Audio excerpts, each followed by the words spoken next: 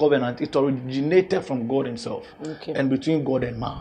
So that's the origin of covenant. Of covenant. But now I see that it has been perverted. Yes. Like a lot of people do so many things all in the name of covenant. Okay. When we talk about perversion in Genesis, the Bible spoke about evil, man becoming so evil to the point that God even regretted creating man. Or God repented in himself creating man. So we saw that man was originally created, I've said this before, to have this relationship with God, or have relationship with a supreme being.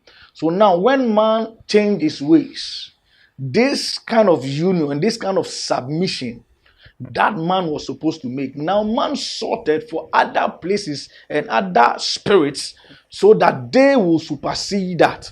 So when we look at this part of the world, let's consider Africa.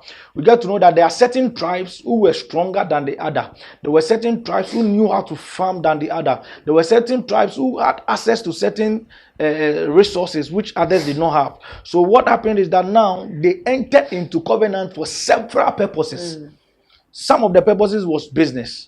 Some was in times of war for protection. Some was for the purpose of procreation. So now, let's say that people entered into covenant because of business. Now, I have fish because I'm close to the shore.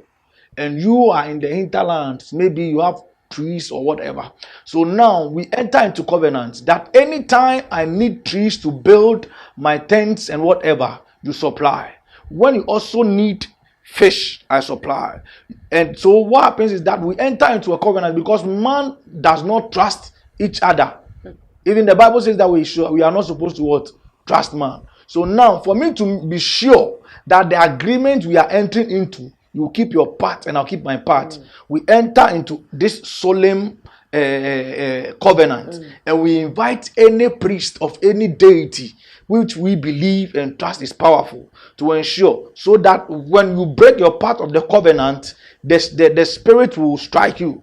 When I break my part of the covenant, the spirit will what? Strike me. Maybe I have everything I need, but I don't have men to fight. And on the other part, there's another tribe which has men who can fight, who are warriors. So then we enter into a pact that anytime we are under attack, you come and fight for us.